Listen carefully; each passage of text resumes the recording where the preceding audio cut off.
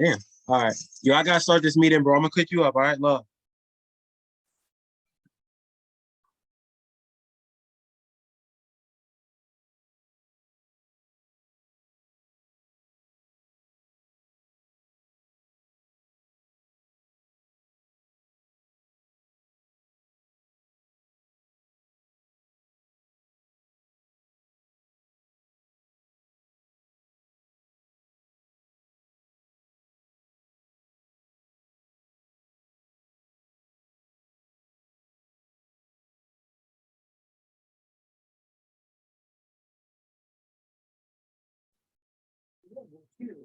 CBS's Nicole Killian. Good evening, everyone. Good evening. But tonight is her first State of the Union. Her goal is to get Monument built. It was the same sense of Everybody. Hi, Colin. in Congress late last year. It establishes a national memorial for working women in World War II.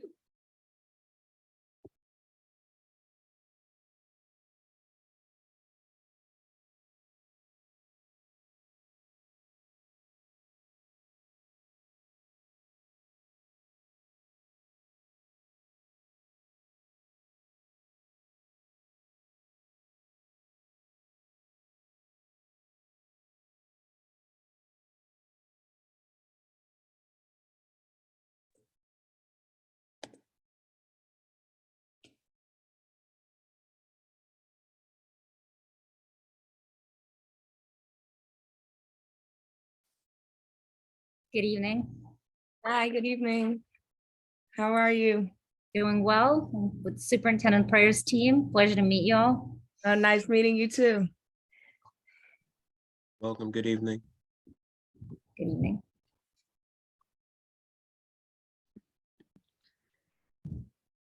Good evening, everyone. Hi, everybody. Good evening, everyone.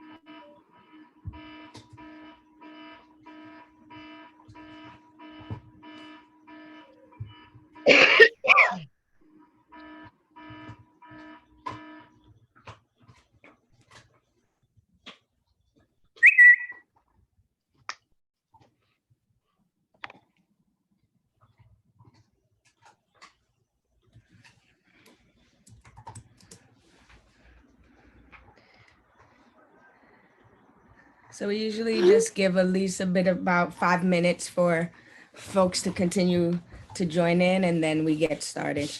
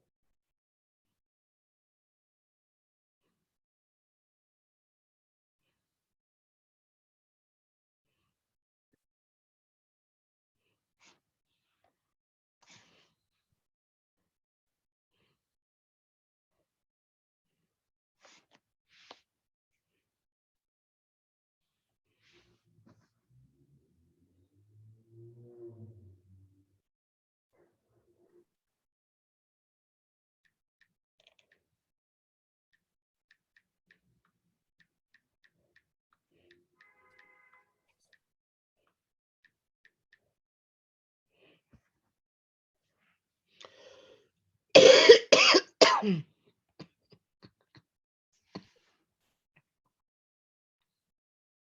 Mr. Banks.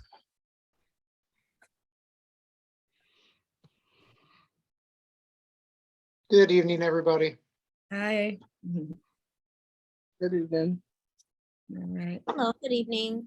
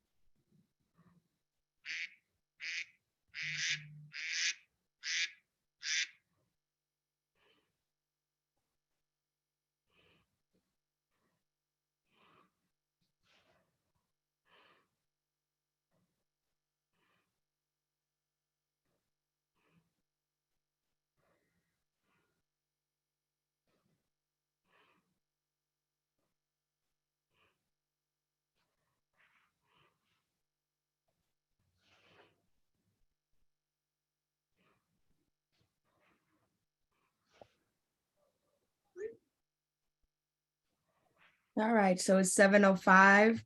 We're gonna 7:05. We're gonna get started now.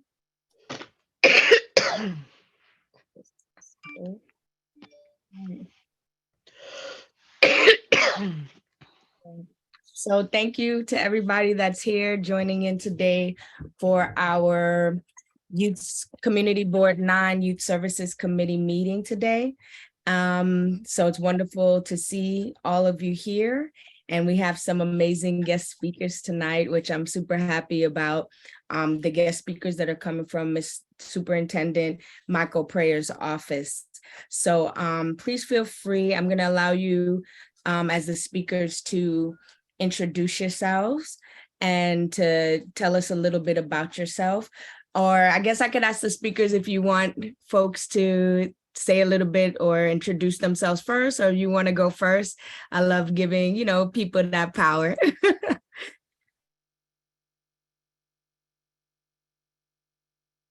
Mr. Banks, what do you think? Sure, absolutely. Happy to introduce myself. My name is John Banks. I am the Executive Director for School Support and Operations for Brooklyn South High Schools.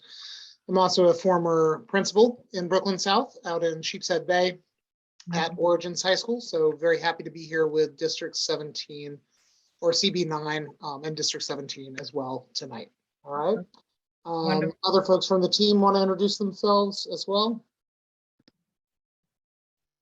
Sure. Good evening, everyone. I'm Irina Osipova. I am a teacher development and evaluation coach with Superintendent Prayer's team, and excited to be here. Thank you for having us. Looking forward to sharing some of the things that we do at the Superintendent Prayer's team. Wonderful.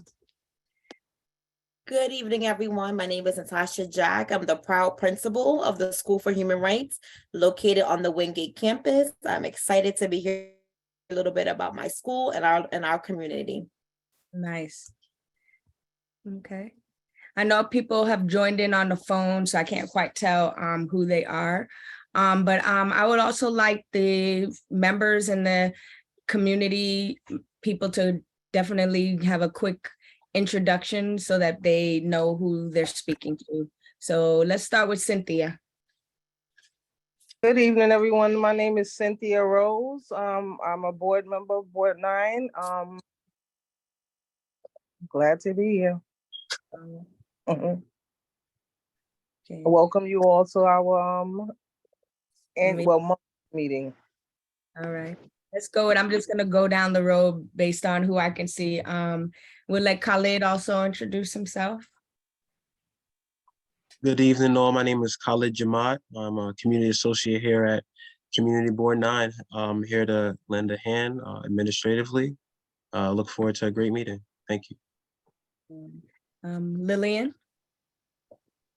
Hi, my name is Lillian Jean-Baptiste. I am here on the behalf of my principal, Joan Mosley, for Academy for College Preparation and Career Exploration School. I am the Community Engagement Manager. Okay. Zen. Hi, everyone. My name is Zintra Snell. I am a Soul to Soul intern or extern, sorry. And I am a forensic psychology MA student at John Jay. Looking forward to taking notes on what you guys speak on and learn some pretty interesting things happening in the community. Okay, we got Shay. Hi guys, my name is Shaylin Nolan. I am also a John Jay master's student and an extern with Soul to Souls. And yeah, I'm very excited to hear what you guys all have to say, and I'm very happy to be here. All right, then we got Melissa. Good evening, everyone. My name is Melissa Isaac. Sorry, my camera can be on. I am a Soul to Soul intern, and I'm very glad to be here today. And Jasmine. Good evening, everyone. My name is Jasmine Noons. I am an intern with Soul to Souls. I attend Medgar Evers College. I am very happy to be here. Can't wait to hear what you guys are saying today. Luana. Good evening, everyone. Feeling under the weather, so that's why my camera is not on. I am a community board resident member and also a District 17 parent and also SLT District 17 member also. And I'm glad to see what you guys are going to talk about today. Thank you. Wonderful. Vanessa. Hello, my name is Vanessa Izquierdo, and I'm an intern for Total Souls this semester. And I currently go to Queensborough Community College, and I am studying psychology. All right. Linda. Hi, let me see if I can get my camera on. Could you see me? Hi. Yep. My name is Linda Watson Lord. I'm the secretary to Community Board 9. I'm glad to have you all. So I hope I expect and I know we will have a good time. All right. Welcome. Nicholas. Nice. Nicholas. Good evening, everyone. I'm Nicholas Almonor. I'm an executive board member, a member at large for Community Board 9, and I chair the Park Recreation and Culture Committee. Okay, thank you. There's two people on the phone, one with 302. Okay. They have then, to click *6 to unmute themselves. Oh, okay. Click *6 to unmute. And there's a 718-200 number.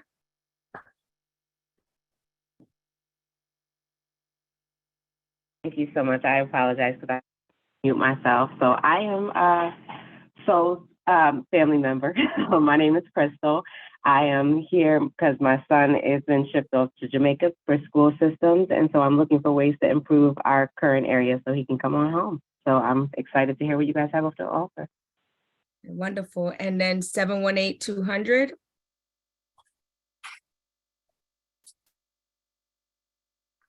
Okay. And Miss Lydia, please introduce yourself. Good evening. My name is Lydia Columbomani. I am the Deputy Superintendent for the Office of Superintendent Michael Prayer, Brooklyn South High Schools. It is my pleasure to be here, and I come with greetings from Superintendent Prayer's office. Thank you. All right, so, and then someone just joined from the iPhone. If you want to introduce yourself really quick. If not, we're gonna just go ahead and get started, and you have to pray. What is it, *6? What'd you say, Khalid? Yeah, *6 if you're on this cell phone. *6. To unmute yourself. Okay. All right, so we're gonna go ahead and get started. And I guess I have to sometimes remember to introduce myself. My name is Sol Query. I am the chair for the Youth Services Committee here and CB9. And I'm very happy and ecstatic to have all of you here because we are working to do community events and various things for the community and having knowledge. I think when we're working with these 16 and above age groups sometimes get a little bit lost in the shuffle, and we want to know how can we be of support and what is happening and being offered in our community so that we can work as a collective to be able to give to our young people. So I will let Miss Lydia start us off today, and we'll just continue to go around and listen, learn, and have a great discussion. Thank you so much. I'm going to pass the baton to my colleague, Executive Director John Banks. John is on the line. Thank you. So we have a little bit of a presentation sort of shared. Thank you, Lydia, to talk about some of the things that we're doing to sort of really support youth age 16 through adulthood, I would say, as well. There's a lot of exciting things going on across the city right now with a variety of different programs that are engaging youth and really, I think, offering opportunities to explore sort of what it means to be an adult or what they want to have out of being an adult. And so we're going to talk a little bit about some of those programs and some of the unique opportunities that exist at a couple of our schools as well. But I think, you know, in general, all of our work is really focused on and based in the idea of making sure that students have awareness, access, and opportunity to engage with the really panoply of options in New York, right? We live in a great city that has an amazing amount of different types of careers, an amazing amount of different opportunities, but I think often when we talk with our children, they are not aware of the full range of what is out there and the full range of opportunities for their future. And so, you know, some of the things we're going to talk about, at least on the superintendency level, are about how we engage in creating sort of pipelines and opportunities for that. And then our schools are going to talk a little bit more specifically about the work that they do within their communities to provide the full range of different experiences across those 4 years of high school. So let me just bring up the presentation here. Give me just a moment. Khalid, is there a way to make sure that he can share? Yes, please. You should be able to share your presentation now. Great.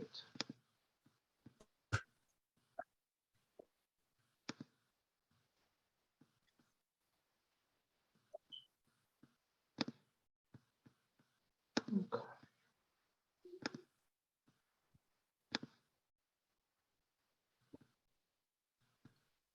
So the real underpinning of our work in Brooklyn South High Schools has been around the idea of advancing intergenerational economic mobility. And once again, that's both increasing awareness. Can everybody see the screen? I just want to make sure. Okay. So once again, that's about increasing awareness, access, and opportunity. And that is regardless of where you live in the city, because, you know, I think we have a lot of areas within the city in which, you know, there are not programs immediately adjacent to many of our children, and how are we sort of providing them with additional opportunities beyond just their normal school day as well to engage with the various industries, partnerships, and really exciting work that's going on across the city. So one of the ways that we've really approached this, which I think is a very unique approach for superintendencies in the city, is with our HEAT program. Now, HEAT is an acronym, and I'm going to have Irina talk more about this. It's a program that we started about 5 years ago. Has continued to grow each year. And HEAT is an acronym that stands for Healthcare, Energy, Environment, Education, Agriculture, and Technology.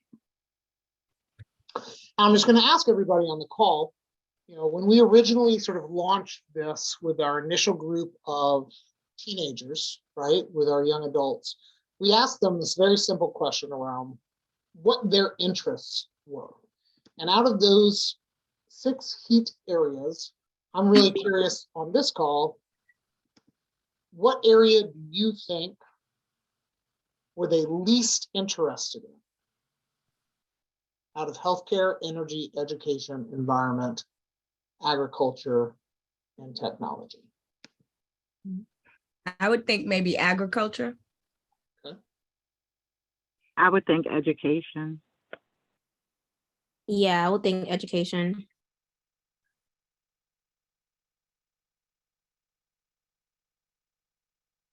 I was also thinking education.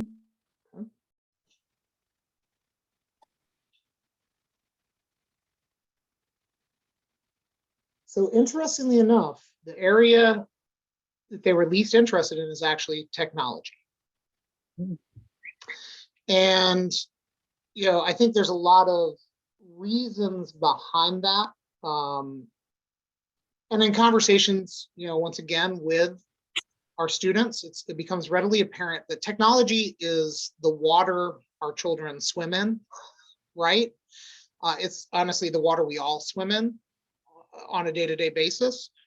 But the other areas are actually areas that were really rich areas for students to focus on. I think incredibly education has been a very unpopular area within our HEAT initiative.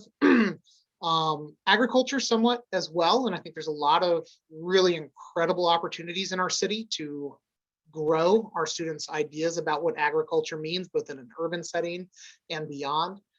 And so when we've started this project, just to give you a little idea of what this actually looks like, the idea is around connecting students, their interest, their purpose, their passion to career identity and purpose and college identity and purpose beyond, right? So what we do is we actually set up a set of opportunities with a variety of our schools. There's a group of schools that opt into this throughout all of Brooklyn South high schools. They have groups of students who are aligned with courses they're taking at their high school, and they get to go monthly to a place-based learning experience at a variety of our different partners within these different fields in order to understand the real range of available careers and just incredibly vast, amazing array of opportunities in the city that exist within each of these categories. And they do this once a month, every month, along with other students, and they come together and they actually work with industry partners and experts in order to develop projects together that they are then going to present to panels at the end of the year and explore real dilemmas, real ideas, real problems of practice in a way that often our high school students don't have that opportunity. And this allows them to really see, once again, by learning from industry experts, learning on site at those partner industries, it allows them to actually learn about what it means to work in today's workforce. And also, once again, that there is a interest-based career for every single one of them, right? They also learn things that are really basic, I think, to the modern workforce, like project management, financial literacy, design thinking. And so through this process, they get a sense of really the incredible array of possible careers that they have available to them in the future, while also learning a lot of embedded skills that are really important to their success in college and beyond. And, you know, Irina's been working on this for years. Irina, you want to talk a little bit more about sort of what this looks like and some of the partners that we've put together over the years? Absolutely. And I also want to kind of go back to the original question that was raised, and in what prompted a lot of this work is this, our students' understanding of why they chose technology is something that they're least interested in, is this idea that when they think of technology, they think of products, of final products, be it a computer, an iPhone, whatever it may be. But what they don't realize is the process, that technological kind of process that happens, that is used for a lot of solutions. So what we aim to do in the curriculum that we have developed over the course of several years at this point is we use applied entrepreneurship, we use design thinking principles, technological thinking, and technology is sort of the glue that holds all of the other heat areas together. So when they are in one of these sites, which I'll talk briefly about, they're working with other students on solving real world problems, either in the field of healthcare or energy, environment, et cetera. But they're using technology as a vehicle to help them get through that problem. We've been very fortunate, and in the last 5 years, we're able to solidify partnerships with several of these organizations. The New York City Department, DIT, which is working inside tech world, Tweed. We have partnership with Microsoft, more recently one with Google and Apple. Also working with Division of Learning and particularly with the UN and specific goals around sustainability and education. We have partnered with New York City hospitals, and last but not least, one with Federal Reserve Bank. Interestingly enough, today, the sessions that John spoke about, so our students travel once a month when they're in 11th grade to these sites, and it's a full day experience from 8:30 to 2:30, and they are there working in groups with other students that are also coming from different schools. So there's this element of not only are they learning alongside industry partners, but they're also learning alongside new students that are not necessarily from their schools. So there's an added experience there. So I was at the Federal Reserve Bank. There particularly, today it was interesting, the president of the Federal Reserve Bank was speaking to the students on monetary policy, on what's happening with interest rates, and giving them also an opportunity to ask questions. One of the things that we do and we believe is very powerful throughout these sessions, these are year-long experiences, students have an opportunity to hear from industry experts. They have an opportunity to work with people shoulder to shoulder that not only are there to give them feedback on whatever project that they're working on, but also tell them a little bit about themselves, who they are, their personal journeys, their professional journeys. And so that students can look up to and aspire to, if should be a career path that they want to choose. So there are a series of career panels that are also embedded in these sessions. If we can go to the next slide, please. So we talked about, what this experience is like. John had mentioned that this, from September to June, and in June, their work culminates in a showcase of their work, which consists of a presentation. There is also it's a presentation in front of a panel, both of industry professionals as well as educators, where parents are invited, educational leaders are invited, and this is really a day to showcase their work, but also to celebrate one another. One of the things that I think is really important to note is what we have learned is that students, the learning happens outside of the classroom, but they're also learning how to bring what they learn in these respective sites, and they're different. We have a skeleton curriculum, but every site is different because it's a different industry, but they bringing the learning back into their respective classrooms. And it becomes, and even though they're coming from different schools, there's a set of students, let's say 5 kids are in a Microsoft setting while others in a DIT setting. When they come back to their classrooms, this is an opportunity, and this could be any classroom on a high school level. Some schools have a capacity to make it a standalone classroom. Sometimes it's added on to the already existent course in any core subject area, math, ELA, social studies, etc. But they bring those experiences back into their classrooms, and the skills that they're learning in those external classrooms are transferring back into their classroom. One of the requirements I also failed to mention, working on a collaborative research paper in addition to a prototype design and the presentation, which culminates at the end of the year. We can switch to the next slide, please. So I want to conclude by saying that what we believe, based on some of the data that we've gathered over the course of several years, is that through this level of work, and this is a 6th through 12th grade experience, the particular experience of place-based learning, which is a signature experience of a HEAT student, happens on 11th grade. But there's a learning trajectory from 6th to 12th grade. We've developed curriculum that is embedded into whatever classrooms that are whatever classes rather that they're taking in their respective schools, but also what they're learning externally. There are fundamental skills that we believe make HEAT students post-secondary aware and prepared, whatever pathway should they choose upon graduation. And again, I'm not going to read some of these skills, but these are the kinds of skills that allow our students to reach that success upon graduation.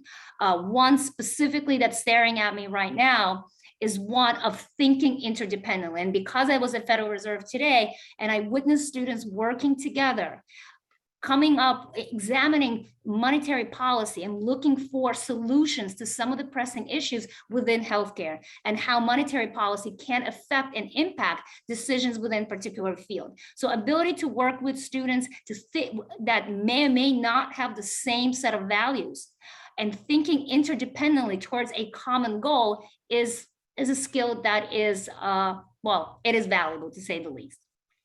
So I'm going to stop here. I know that at the end, we'll have an opportunity for a Q&A, and we would love to provide any additional clarification if any questions arise. I'm going to, I believe, pass it on to College Prep. So just before we do that, Irina, I do want to also say, as we continue through this conversation around youth opportunity, you know, we live in an incredible city that has a wealth of opportunity and career. And the question is, how are we not just taking that to our schools, but how are we taking our schools to those careers, right? And to those places. It broadens the opportunity for our children to really see what's out there and really get a sense of, you know, the variety, the incredible, amazing opportunity that exists for every career area. And, you know, it's a way of really maximizing the city as a learning institution, not just our schools, right? So we are going to turn things over to College Prep. Are you ready, College Prep? Yes, I am. All right. Okay, so good evening, everyone. Once again, I'm speaking on behalf of our principal, Ms. Joan Mosley, for the Academy of College Preparation and Career Exploration. I am Lillian Jean-Baptiste, the Community Engagement Manager. Next slide, please.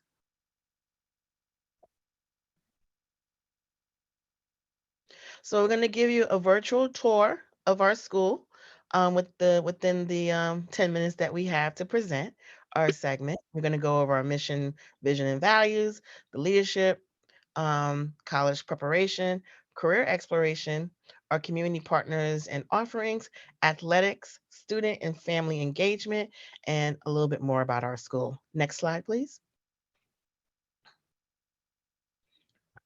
So our mission is that we're developing compassionate and innovative collaborative community of leaders prepared to access and contribute to the ever-changing global and digital world. Our core values for our students and staff is be honest, be kind, and be better. Next slide. So here is our principal, Ms. Joan Mosley. February last week 1st, we actually celebrated her being the principal at our school for over 7 years, but she has over 18 years of experience in the New York City Department of Education. Her background actually is a math teacher. Next slide. So career exploration.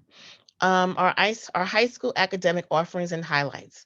Our students have the same access to technology and resources and quality level of instruction as the middle school students. Our ninth graders take a career pathways course to prepare them for college and career choices they will soon make with their families. WISE is one of our partners, and they bring to our school guest speakers that are experts in their fields, and they visit the classrooms to educate the students on their career path and the various options students may have that they can have to be successful. Our 10th grade students choose path of study using the experiences from the ninth grade pathway class to make an informed decision. And the pathway options that we have available are STEM, finance, business, civics, sports medicine, management. And also there's an opportunity for college credit, internships. The slide kind of cut off a little bit. I can't see the bottom of the slide, John. Mr. Banks. Okay, we'll skip to the next slide. Yeah, part of it. Yeah. Next slide, please. So our middle school, so we're a 6 through 12 school, by the way. So our offerings for middle school includes opportunities for acceleration and early high school credits and Regents exams that include Earth Science, Algebra 1, U.S. History, and Living Environment. We devoted time twice a week for reading fictional and non-fictional texts. We have technology resources such as smart boards in every classroom. We have class sets of laptop computers available for students to use in every classroom. We have after-school academic support for students. We have virtual tutoring and instruction for students. And then also we're data-driven instruction with NWEA and highlights the strengths and the areas of improvement. And we have Lexile scores that predict the performance of the state exams and high school exams. Next slide, please. We have the ACPC Employment Agency.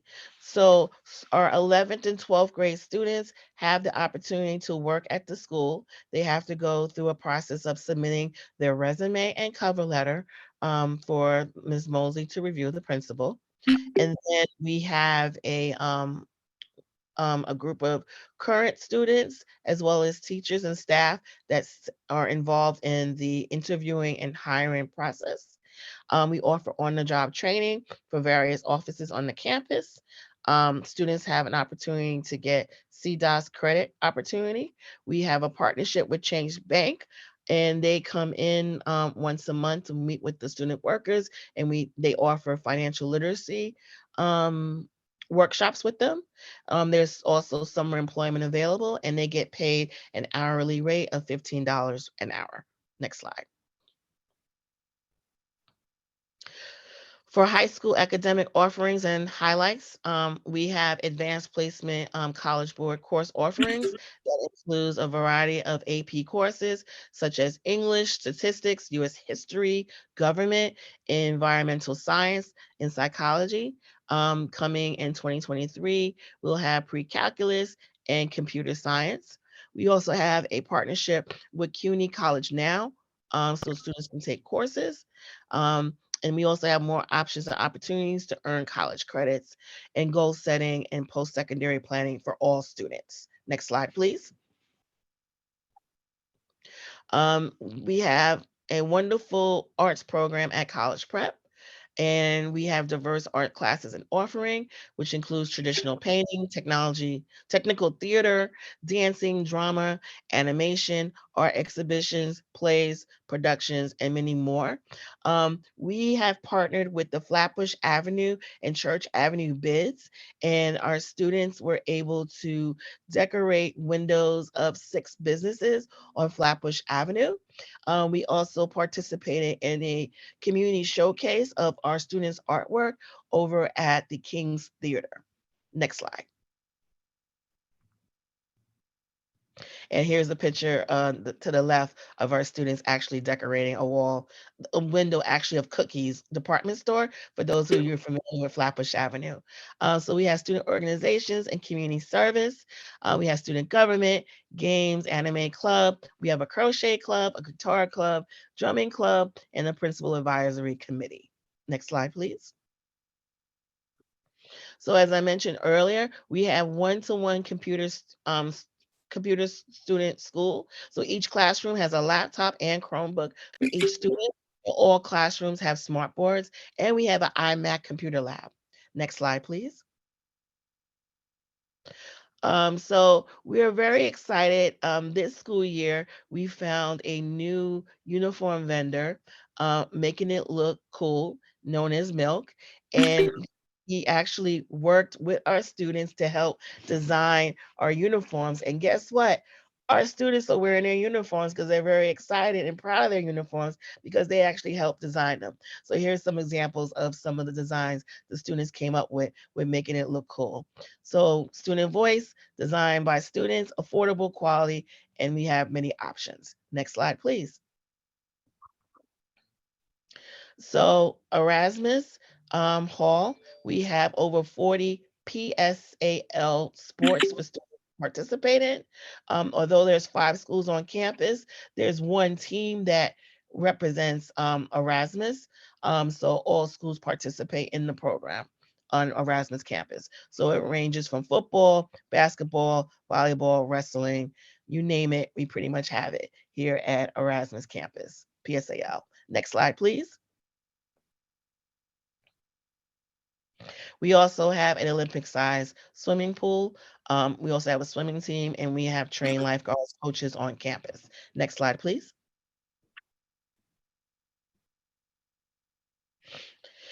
And we also have a field that we use. It's not on campus. It's a few miles, not too far from the school, but we host our graduation ceremony there. We have an annual field day for the school. We have the middle school field day in the fall, and in the spring we have the high school field day, where students participate in a bunch of activities.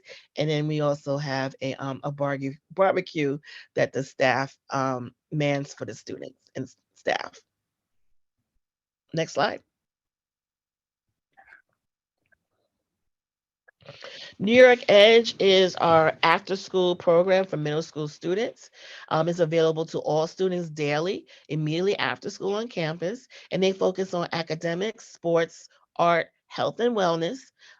They address our students' social emotional learning and leadership development, and one of the Academy's longest partners and close relationships, as several faculties and staff actually work for both organizations.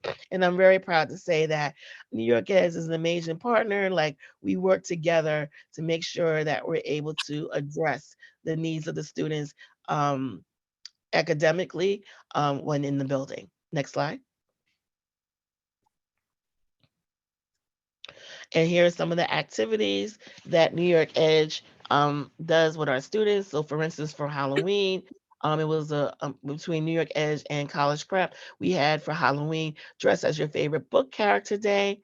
They have pizza parties as well as paint and sip parties as well. Next slide. We have a fabulous auditorium. It's a two-story auditorium. We have theater level acoustics. We have the windows are Tiffany stained glass, crafted by the son of Charles Lewis, Tiffany of Tiffany and Companies. We host multitudes of events a year, and it's also the site of where we have our monthly town hall meetings, holiday programs, cultural days, to name a few of the activities that take place in the auditorium. Next slide, please.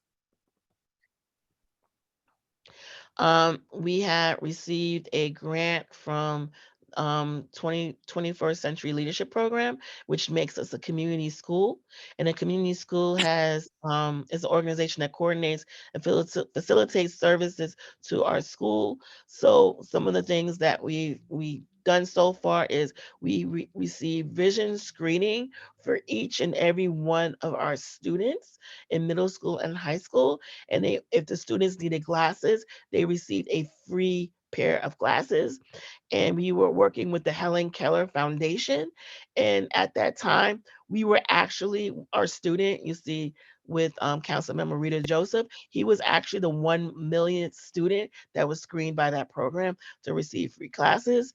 Later this school year, actually next month, we're going to have dental care available to students. All students, once their parents fill out the permission slip, it will be eligible to have a cleaning, and if they have any cavities, that can be addressed. So that's just some of the benefits of being a community school. Next slide, please. TRIO is another partnership we have. They provide support for Regents, SAT, ACT, prep, and tutoring. They offer academic, career, and financial counseling. They offer college readiness workshops. They have summer enrichment activities, mentoring, and more. And they also assist with college enrollment applications. And they also help with our single-day college trips and overnight college tours. Next slide, please. Craft Keepers is another one of our wonderful partnerships. They have a very interactive not-for-profit partner that supports the mission and vision of college prep and provides students with a rich array of various classroom and off-campus experiences. For instance, they have a program where they come in with sneakers for the students to design, and the students are responsible for creating a business about their sneakers, how much they're going to sell it for, who's their target audience, pricing, and so on and so forth. And they also have a culinary program, fashion program, music, gaming, podcasting, and that's just a few of many programs that they bring to college prep when they come to the building. Next slide, please. College Prep also has a chapter for My Brother's Keeper, which is a community service organization spotlight, opportunities for students to attend events, network, and make connections. Actually, some of them, our members of My Brother's Keepers, actually got to go to the Congressional Black Caucus for a weekend in Washington, D.C.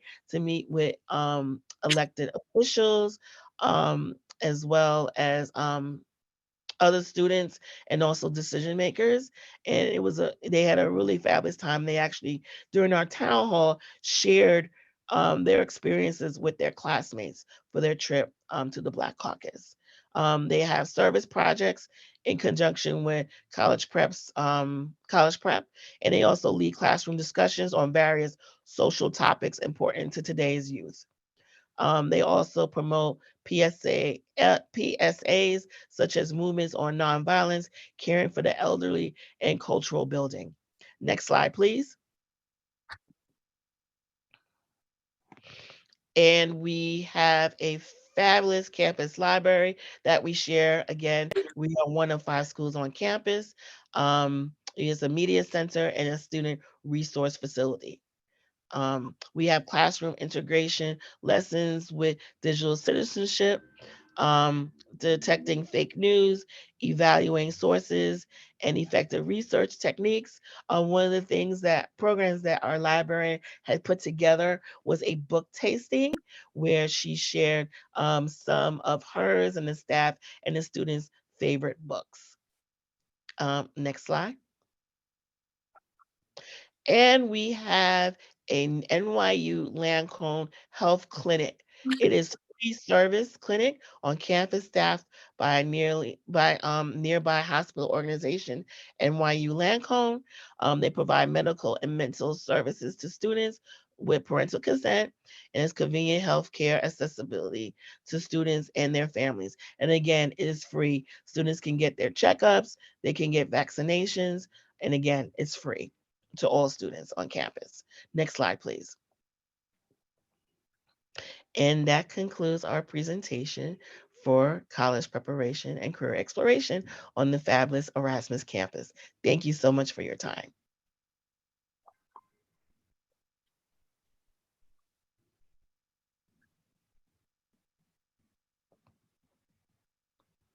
And I believe we're going to turn it over to Principal Jack.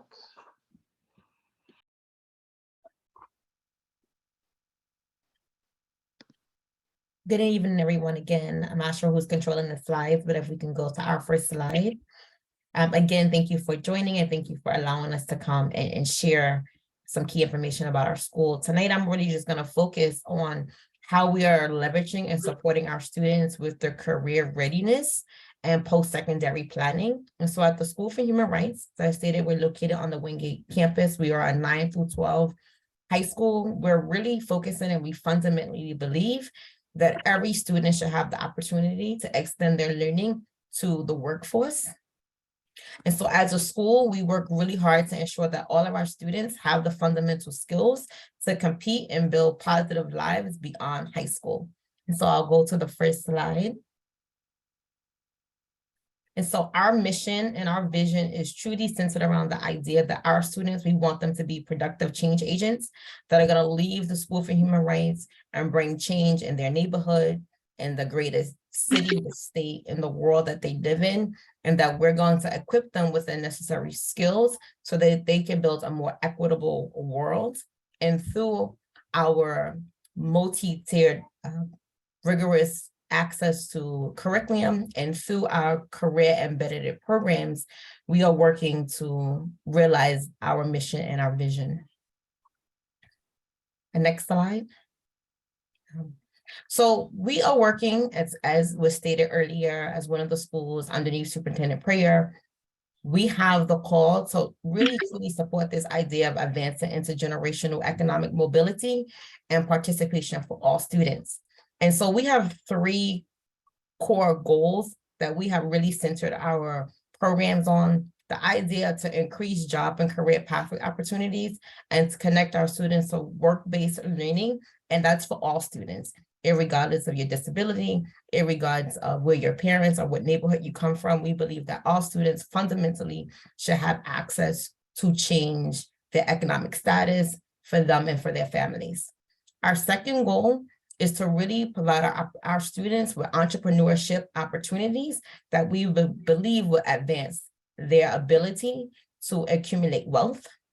And our third goal is to ensure that we are promoting and providing students with rigorous learning experiences that also connect to post-secondary readiness with true career embedded experiences.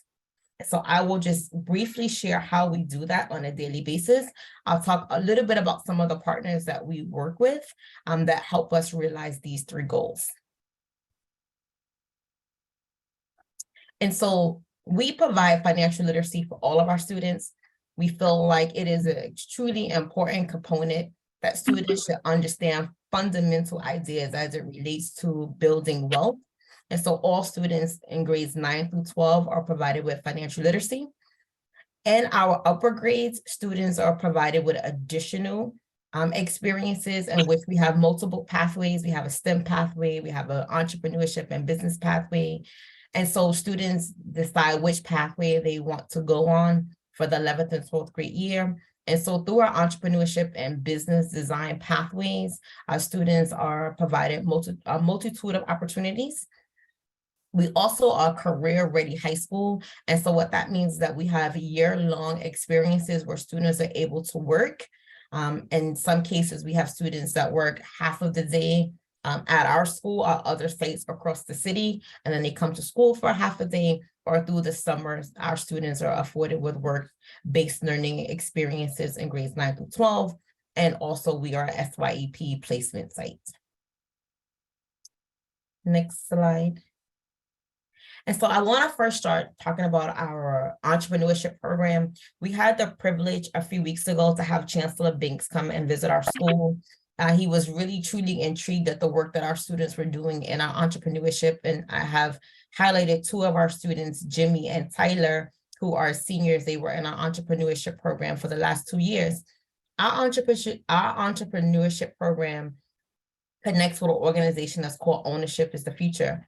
And this organization works to truly ensure that our students work towards the idea of owning wealth, generating businesses, and social enterprises. And we believe that students can do that as early as high school. And so our students in the 11th and 12th grade year have the opportunity to not only think about solutions, problems that are faced in their communities or in the world, they're able then to tie that to a business model. And with that, the students in their first year build out their business. They think about how they can not only build out the business, but how they can monetize the business. At the end of their first year, they are provided through a multitude of investors and grants that we're able to garnish to the school. Each student is provided with $1,000 of seed money to get their business going. That money is used for things like building their website, making sure that whatever their product is protected. And so that's the first year of the program. The second year is really thinking about how do I take this business and begin to generate wealth. And so that's the component that the chancellor came to see in terms of how our students are taking these business ideas, using their seed money and truly generating wealth. And so one of the students that spoke at our business expo spoke to the chancellor that in between September to December in their business, they have already generated $4,000. Now that business is on trend. We're working with these students that is pretty much a clothing business. And I'm glad that the previous school talked about Milk, because we are teaming up with Milk, where not only is our school buying uniforms for them, but our students are going to design uniforms with Milk, and Milk is then going to split 50% of the profits with our students. So we're truly thinking about not only how do we just have our students being consumers, we want our students to be able to be in the seat and to kind of really think about how they change the trajectory for themselves and their families, and also how do they truly begin to generate wealth. And I fundamentally believe that you don't have to be, an adult to do that. I believe that students can do that. They have the ideas, they have the capacity, they have the know-with-all. And so we just have to give them the tools to be able to help students do that. We have another business venture in which the Superintendent Prayer, has promised a group of our students that he's going to be working to make a large purchase of 200 t-shirts from their business. We're working to get another group to become a DOE vendor. And so this is one way in which we're really trying to extend the traditional classroom experience to really integrating it with and making learning more meaningful for students and more engaging in a real way that's going to change their lives. Next slide. And so we too are a HEAT school. And so I wanted just to kind of share a little bit of what Irina had shared. We're working in the HEAT program. Our students go to a multitude of the HEAT sites. And so again, Irina shared in the beginning, our students are also at Coney Island Hospital. Our students are participating at the Federal Reserve site. Our students are participating at the Microsoft site. And we know that for our 11th graders that are having their first year of intro into these work-based learning sites, we know that they are truly going to have these experiences are truly going to support them for next year when they continue to advance in our business program. Next slide. And so I want to talk a little bit, we are a career-ready school. And so what does that mean for us? Chancellor Bank had a vision to make sure that we are reimagining each student's learning journey and their pathway, and that we're making it more relevant, more engaging, and more career connected. So I'm going to talk a little bit about our career readiness and how we're supporting kids with being career ready. Next slide. And so we break our career readiness program into 3 components. Our first component is for students that we label as our younger youth. And so over the summer, our younger youth students, those are students that are 14 through 15 with permission for their families that have working papers, they're able to engage over the summer in project-based learning for a total of 6 weeks. They work 12.5 hours a week, which a total of 75 hours over the summer. And these students earn $700 for that experience. Many of the students that participate in our younger youth programming are students that are engaged in the HEAT program and our 9th and 10th grade cohorts. And then we have our older youth students. We have 2 tracks for them. We have students that engage a typical summer program for 25 hours a week. They get paid 150 hours at $15 an hour. And they are placed in multiple sites. We work with the Italian American League. They are our CBO that supports all of the career readiness through our program, and they place students. And then we have our older youth track 2, and these students are students that not only want to have the work-based learning, these students also want to have the skill-based training. And so we have a teacher that facilitates that learning with the students, and the students that participate in track 2, they also earn an additional elective credit. All of the work sites are across the city. So students are working for small businesses, they work in medical facilities. We have students that work on the Wingate campus. And so there's an array of placements that students are engaged in. And the students that are in track 1 and track 2 for older youth, they have the opportunities to continue working throughout the school year. Next slide. So I just want to talk a little bit about some of our post-secondary opportunities that connect back to the HEAP program.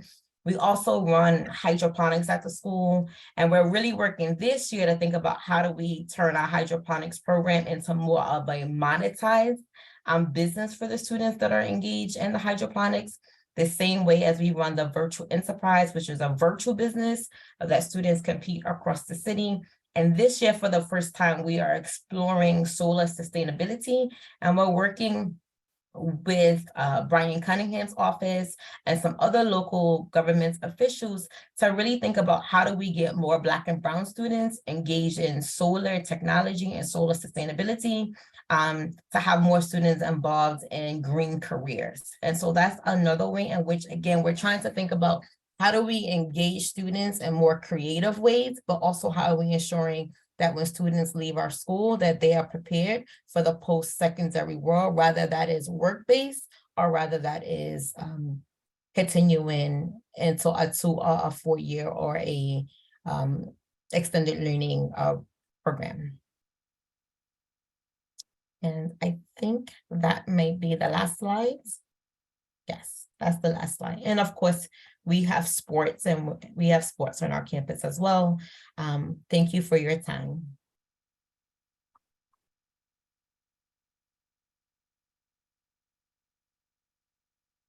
Okay, that was amazing. So a lot of programs and things that are going on in our schools and our educational systems, which I think is definitely amazing. Was there any other aspect to the presentations or anything else that we need to learn to know, or should we move on into the question and answer now? I think we can move into Q&A. I mean, I will say that the HEAP program also has several different tiers. There is the place-based learning experience that we discussed. But there's also a school-based practicum in which students are paid to work in their schools on school-based improvement efforts. There's, lower grade sort of curriculum and experiences that are less intertwined in their month-to-month, instruction. But there's a lot of different opportunities as we continue to build these types of things for students across South Brooklyn to take advantage of really the array, once again, of opportunities in the city with career education. So we want to keep that trajectory over time as well. Nice. And just for clarification, the HEAP program, is this program's only a school-based program, like they have to be locked in through their schools? Yeah, so they do need to be in one of the participating schools to engage with the program. Okay. All right. Wonderful. All right. So I guess I would like to open up to the community. If you have any questions or thoughts about what we just saw, please feel free to ask some questions.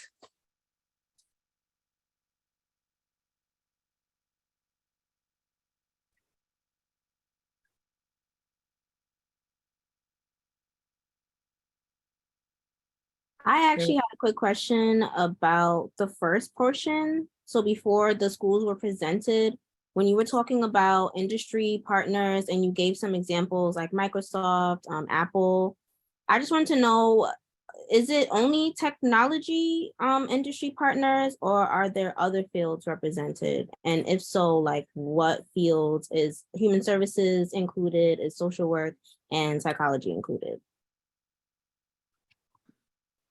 So we continue to expand sort of our partner opportunities, and we've worked with a variety of different partners. Even though Apple and Microsoft and Google are represented, that is not necessarily the field that students are learning about there, right? Because the idea is technology is a vehicle, right? It is a tool that enables us to do other things.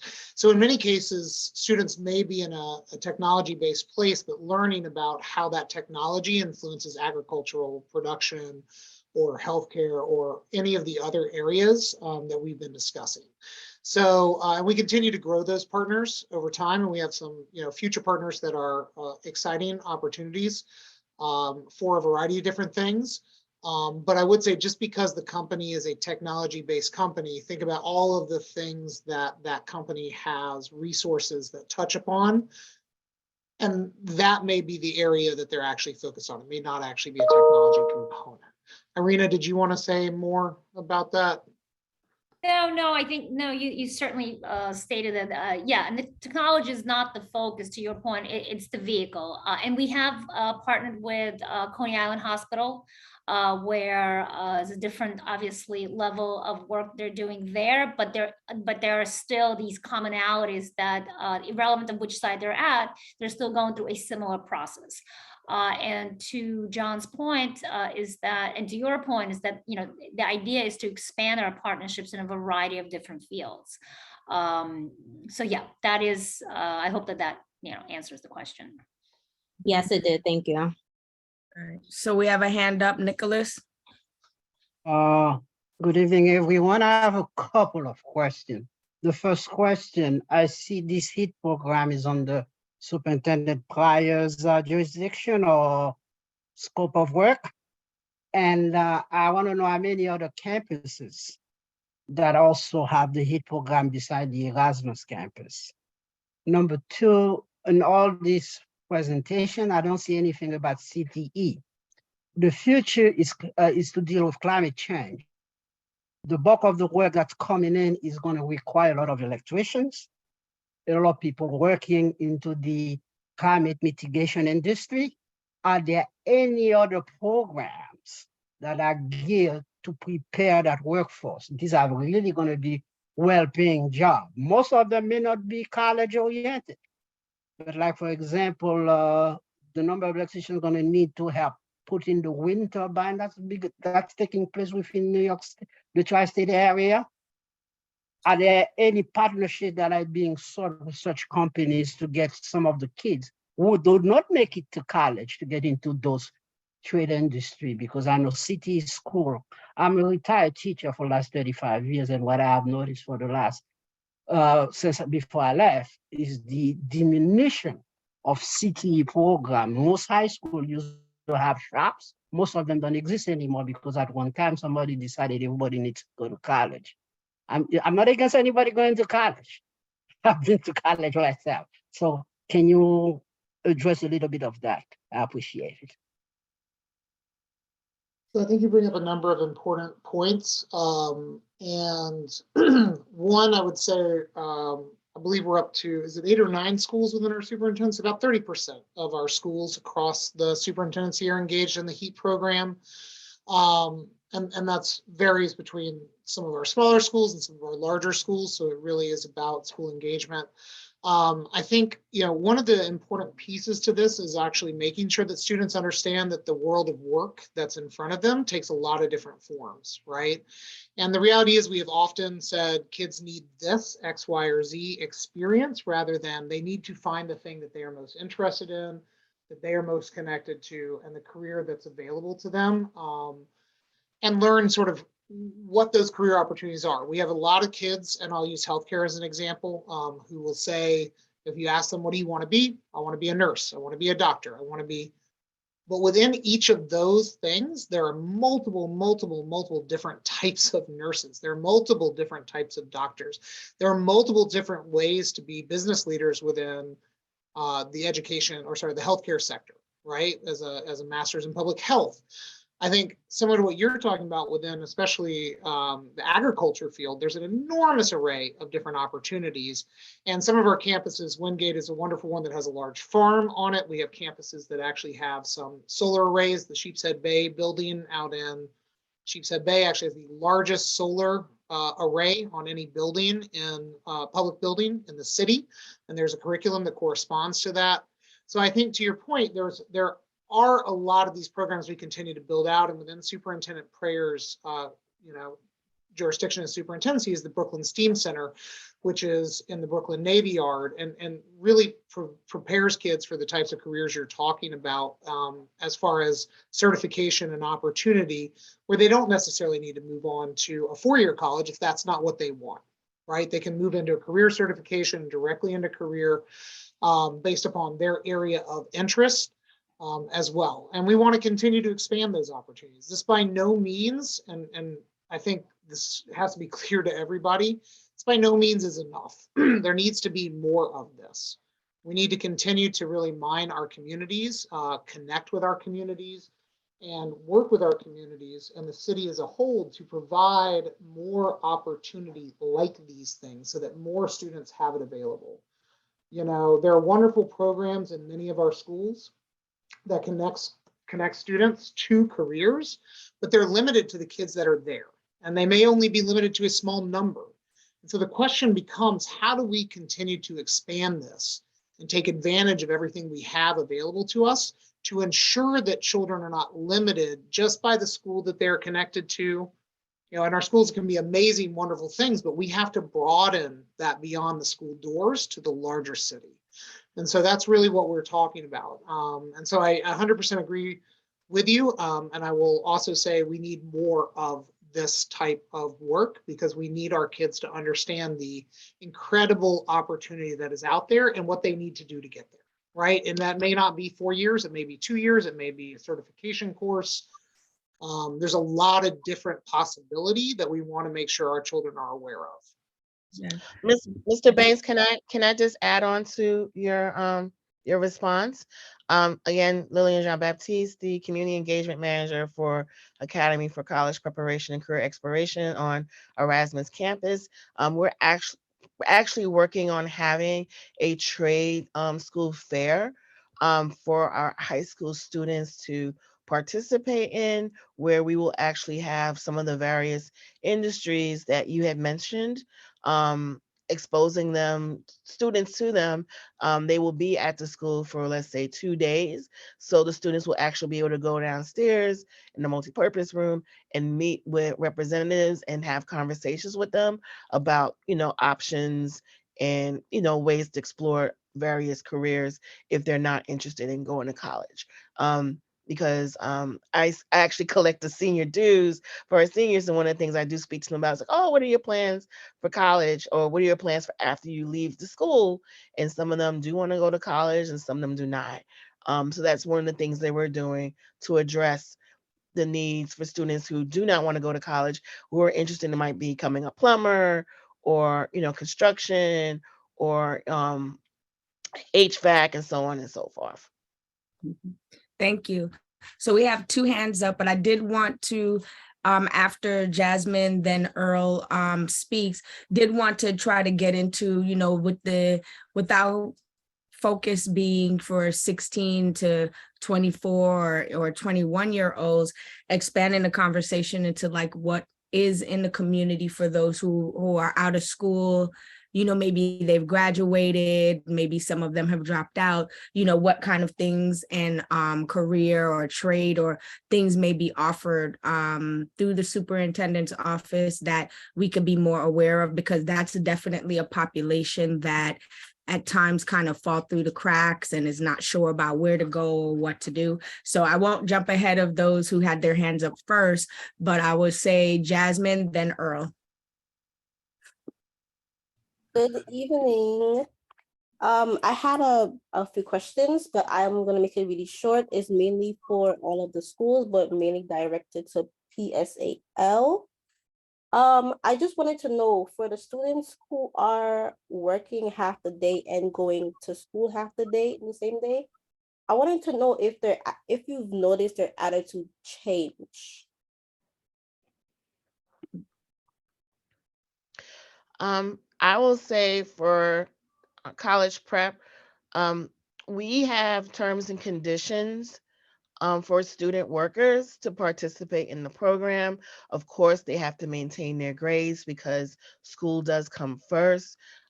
We have a list of expectations, basically carrying themselves as a professional because they're representing the school as a student worker. So they have to be a great representative of the school, whether they're a student or whether they are employed. So that pretty much helps make sure that our students understand what are their what is expected of them and how they should conduct themselves. And we also have the parents sign off on it as well. So everyone is on the same page in terms of expectations, showing up, coming to school on time, attending your classes, having good grades, wearing your uniform, and so on and so forth. So that pretty much helps, help everyone understand what the expectations are. Nice. I'll just add to that. I mean, for our students, I think is not only some of the things that were just shared by Ms. Jean Baptiste, but it's also, we notice this like increased sense of like, I'm a young adult. And so we try to make sure when the students are either going to participate in the HEAP opportunities, or if they are participating in any of the work-based learning opportunities, rather it's even the students that work directly for the School for Human Rights, that they feel a sense of like pride in what they're doing. And we definitely do notice the students have a different attitude towards their work. They have a different attitude towards the work when they're going to work. So there's definitely a difference. I want to say when the students like take what they're doing and they take ownership in the work that they're doing through these multiple opportunities that are afforded to them. Nice. Hello, everyone. Excellent programs and just the information that was shared. Great job with all of that. So I don't live in the city. I'm out on Long Island, but I was just wondering if any of these opportunities is available. Well, or if there are any opportunity to partner with some of these organizations as well, because I was very interested with regards to what's provided through the HEAP organization, and also something that was said earlier, and I just wanted to follow up because as these students become, more exposed to, yes, real world situation, working field, are you seeing the graduation rate increasing or is it dropping? Because I could see where that sometimes changed the perspective of, making some money now and I'm good and I'm gonna stop doing certain things, when it comes to the education. And I did hear, I believe one of the principal before just shared some information, Miss Natasha, sharing some information on that. But Mr. Banks, you also provided some great information. I am a father of 3 sons, and my oldest son, 18, he's now in college, and my middle son is 15 and doing extremely well in high school and involved in a number of other activities. But yet he is still not sure as to, what is it that he wants to do. And I think these are just great opportunities that are being provided to say, hey, yes, you may be interested in technology, but here is a dive into it to see if this is really what you want to do before, you spend a few years in college. They were both involved with the STEP program at Delphi and have done well there and so forth. So I know that was a mouthful, but thank you all. A great presentation. Excellent job. So I'll say we are always happy to talk about further partnerships and partnership opportunities. I think, to the first question that you had, I think in general, statewide, citywide, graduation rates have increased, right? We have seen a steady increase over the last really 33 years or so, since really 1992 when they started to look at graduation rates in depth in the city. So we've seen that steady increase. But I think the question that came up earlier and continues to come up, which is, are we also making sure our kids are graduating to something and not just from something, right? Yes. And that's really the piece at the end of the day, that we want to make sure that they are preparing themselves for what it is they want next and not just to finish. And I think that's always the biggest piece. So we're always happy to talk about additional partnerships within that as well. I will say for college prep, the graduation rate when Miss Mosley arrived to the school 7 years ago was at, give me 1 second, was 58%. We are currently at 81%, and we're looking at this year for being 87% graduation rate. Last year, some of the top schools that our students were accepted at for college was MIT, Howard, Ohio State, Lincoln, Penn State, Baruch College, and all of the CUNY schools. Awesome. That's great. So I know we've been talking a lot about school-based programs. Are there some things that you're aware of that incorporate the older or young adults population? Is there anything that's being offered or a way for us to look into programming that's for those students that graduate and are kind of still trying to figure it out if they didn't decide to go to college?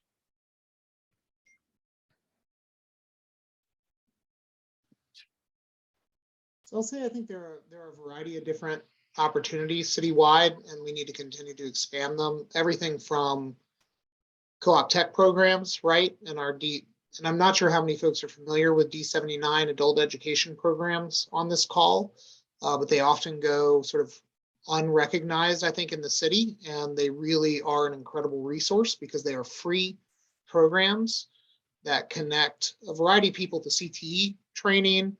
You know, they have everything from English language classes for recent immigrants to culinary certification programs for food handling services to actual like full CTE programs for technology. And they're free. And there are several different spaces. You know, we have one at one of our schools in South Brooklyn at Grady High School that is a hub, but it's a hub. It's a place to actually kind of enroll in. And those programs exist throughout our schools. They'll often have day classes, night classes. So there's a lot of available opportunity there. I believe there's also one off Nostrand Avenue near Atlantic as well in sort of the Brooklyn North area. And so those opportunities exist as well. And I often point people to those just because I don't think people are aware, right, that the D79 programs do exist and that they exist in a way to provide certification opportunities that are near your home, that are flexible, right? Saturdays, nights, daytime, depending on your work schedule. And so you don't necessarily have to enroll in one of our community college programs to be tied to have that opportunity if you're looking for it. So I would definitely point people towards that. I know on the college level, there's a lot of different programs that are being worked on.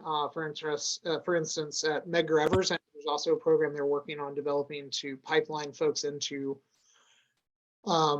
teacher positions, but during school to be able to work as a paraprofessional, right? And so you're able to work while in school and get experience in a school, right, as an educator while you're working towards your licensure. That's a college aligned program at Medgar Evers, but there are other opportunities I know that we continue to expand like that as well. I'm sorry, Mr. Banks, if I could add to the response. College prep is very interesting. We have families that attend our school. We'll get the sister, the brother, the cousin attend our school. We're actually really excited to say that we have a few alumni from Academy for College Preparation and Career Exploration who actually are on staff. We have a phys education teacher who is on staff. We have a substitute teacher who graduated several years ago, who's actually getting ready to prepare for law school, who is on staff. And we also have a school aide who is a graduate of college prep on our staff. We also share some of the information that Mr. Banks just shared with everyone with our families as well, because it's not only just supporting the students, but it's also about supporting the families. So we definitely share with families the various programs, the learning how to speak English, various classes to advance in their situation. And then also we have a partnership with Unite Us, which is a program, which is an organization that pretty much is linked up to any social service organization that exists in New York City, from addressing issues with not having enough food in your home, to elder care, to immigration issues, social services such as therapy, so on and so forth. We were partnered with Unite Us, and we're able to give families free referrals, and then they follow up with the family and provide the services that the families needs. It's a total game changer for our students and families, and being able to support them in that way. Nice. Wonderful. All right. Well, this is like amazing. I think there's a lot of great programs and information, and luckily in Grady High School, the former principal is on here, Carlston Gray. He was the principal at Grady.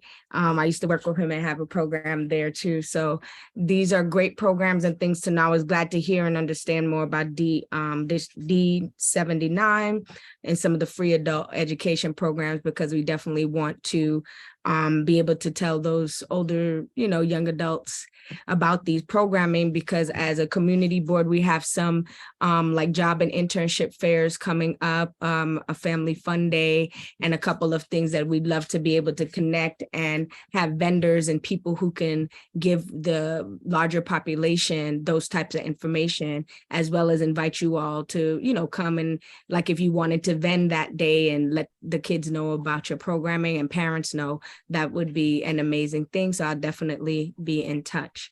So just before wrapping up with you, is there anybody else who has any other questions or anything for our lovely guest speakers? Okay. All right. Well, I would like to say thank you so very much for joining us and coming.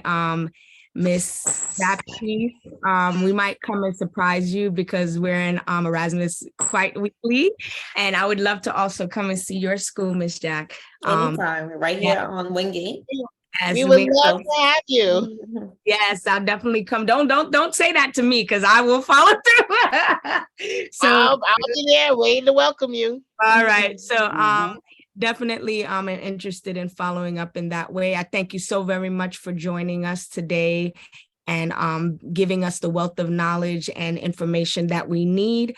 And I guess the last question before you do depart, is there ways in which you think or that the youth services committees can be of support or help to do things within your district or your schools? I'll just jump in here. I think that any supports with extending the opportunities that we're able to give to students, we're always looking for additional mentorship opportunities for our students. We're always looking for opportunities for our students to be able to volunteer and to do community service within their respective communities. We're always looking for those that want to come in and partner with the school and serve as just support in terms of the programs that we're offering and supporting our families, as well with the wraparound services that we offer. So any of those things would be truly appreciated by our entire community. Absolutely. That sounds great. Anything for you, Ms. Baptiste? I would say, on the behalf of our principal, Joan Mosley, I think any opportunity for us to reach your families in your community, I actually have a contact and I'm happy to share with you regarding summer youth that they are looking for sites to have students work at. We would love the opportunity for students to be able to work in the community that they live in and attend school. So I'm happy to talk with you offline and getting that information to you so you can get that into the community. Because again, I think it's an amazing opportunity. And the children will take pride working where they go to school and where they live. It definitely changes their attitudes. Okay. Well, I'm going to be on your campus tomorrow, so I'll probably stop by. I'm in room 1W9. Okay, 1W9. Yes, you're confusing and huge campus. Just let school safety know and they'll get me. 1W9, college prep. Okay. Thank you. I think an additional way is also, you know, and D79 provides, I think, a really interesting template for this, which is there are a lot of these programs that do exist for our communities, but our young people, our 20-year-olds, our 22-year-olds are not aware of them. And the best way to make sure they are is for their peers to engage them in that, right? And share those resources. Because we put out flyers, we put things up, things go out, but you know, nothing is more powerful than your friend saying, oh, you want to enroll in this class? You're looking for this? This is the place where it is. And so I think, you know, the thing to me is always, how do we make sure we're connecting our communities to our schools and the available options? Because I think there's not always the realization of that. Right. I also just want to say Superintendent Prayer sends his thanks for this evening, for welcoming us. He apologizes for not being able to be here. He is actually in a meeting with the Chancellor this evening, but he really wishes he could be here with you all as well. And thank you for this opportunity. We really look forward to continuing this work with everybody here. Okay, thank you. So I appreciate it. Nicholas, we're about to wrap up because it's 8:29, 28 right now. No, I just have one last quick question. My last quick question, because in my we're working with some community garden and we're looking for some partnership, some of the schools. So I will be contacting especially the people from Wingate campus, which is my alma mater. Yeah, So please do. I mean, we have a full hydroponics going on right now. Our kids are actually looking for adults in the community and in the school to adopt a space to grow something.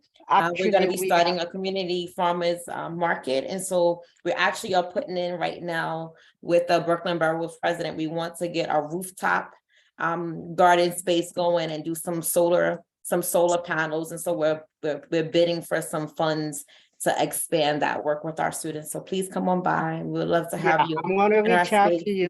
Yes. Definitely, because we're trying to start a program of the at least two community gardens within there to get some students. There were other schools that I targeted, which was the Prospect Heights campus in Cloud Barton. I think you guys are not too far, so I'll be in contact. Okay. So sorry for taking another minute. Look forward to that. Okay. And Mr. Nicholas, question: we have a science teacher that is very interested in working with bees and students. Would that be something of interest of you guys?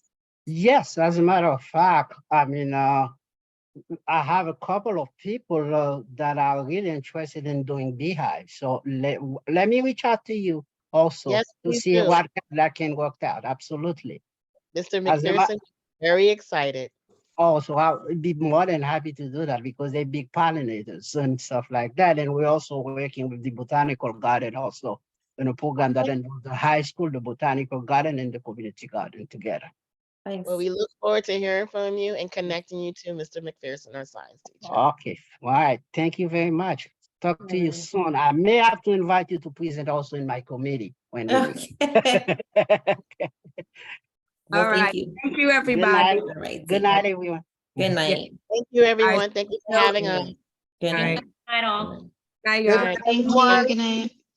We'll officially adjourn our meeting, but before we adjourn, the community members, really quickly before you hang up, hi, Mr. Gray, to just add, the one thing I wanted to add was, you know, the proposals for I'm blanking right now, but the job and internship fair and the family fun day has been turned in. And the areas in which we will need some of your support is going to be around working to get some donations around like the food donation and like some of the prizes and things.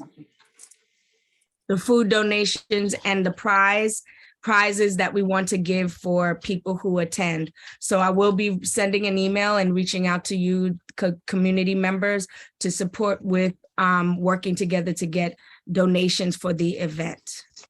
Okay, so I'm gonna, go ahead. I'm sorry, I was waiting until you finished. I'm finished, go ahead.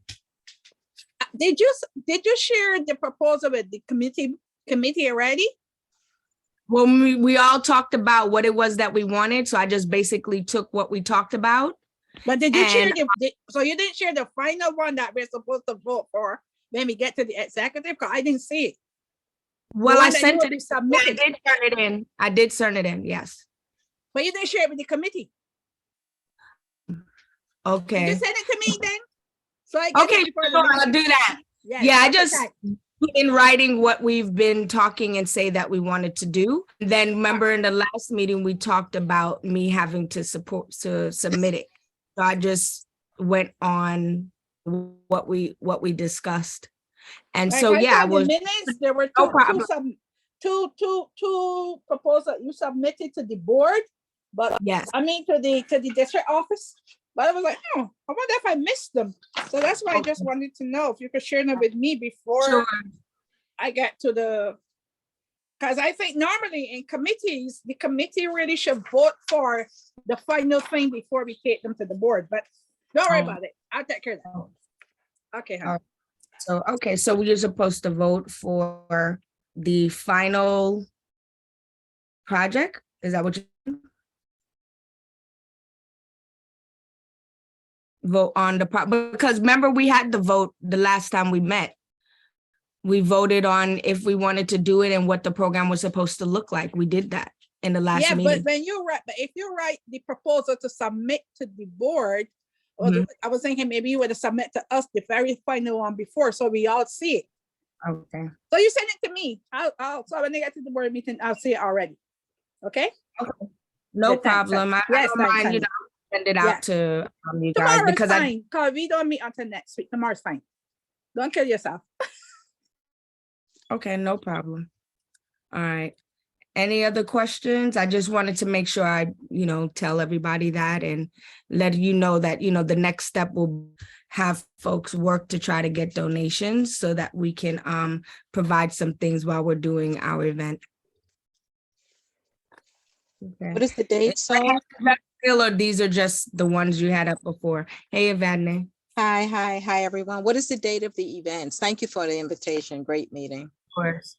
The dates, the first one should be Saturday, April 1st, which is the Job and Internship Fair, which is bringing vendors together to provide information about what they will be offering young people in our community. So like SYEP, local businesses that are willing to hire kids in our community, and like schools, what programs and things they may be offering. That's the Job and Intern. And then the Family Fun Day will be in collaboration with the larger CB9, but we have like particular events and things we're going to be doing with that. And that's for Saturday, June 3rd. Thank you very much. Thank you. May I suggest something? So if you are able to pull together, which you will do prior to that, like around maybe by March, create a video presentation, and then kind of all the vendors that are going to be present, even some who cannot be present, let them present via video and create like a QR code that you can share out throughout the community so the young people get to see, because not everybody can always attend. And it's going to be valuable information and connections, you know? And so it's just that virtuality that 2 years ago taught us. Just a suggestion. That's a great suggestion. Yeah, we could probably put together a nice little promo video. Yeah, thank you. Well, I will help work on the refreshments and all that stuff as well. So I'm not, I'll help. Okay, thank you, everybody. All right, so we're 6 minutes over and I'm going to move that the meeting be adjourned. Is there anybody that will second? Meeting adjourned. Okay. All right, so it's been seconded by Cynthia. And thank you all for participating and coming into our wonderful meeting tonight. Have a great night. So you did a good job. Thank you. Yeah, so I Very must say so. it was All a right. very, very, very, very good meeting. Oh, thank you. I mean, good, not nice, like, fluffy nice. It was a very good meeting. I really appreciate all the effort that you put into this committee, right? You really work hard and it's good that we got a committee that support and comes. I'm glad for, those Cynthia and all those people who take the minutes for us and stuff like that, right? And so I could not let us just go home without expressing the thanks from the whole entire community board for the work that this committee do. And we are really like tops now in CB9 who are doing stuff. So thank you very much. Thank you, Linda. I appreciate And that. thank you, Cynthia, too. Yeah. As part of the executive board myself, I want to commend you on the great work you're doing, and we'll be talking some more. Wonderful. Thank you, everybody. I appreciate you. Have a good night, everybody. Good night. Good night, everyone. Bye.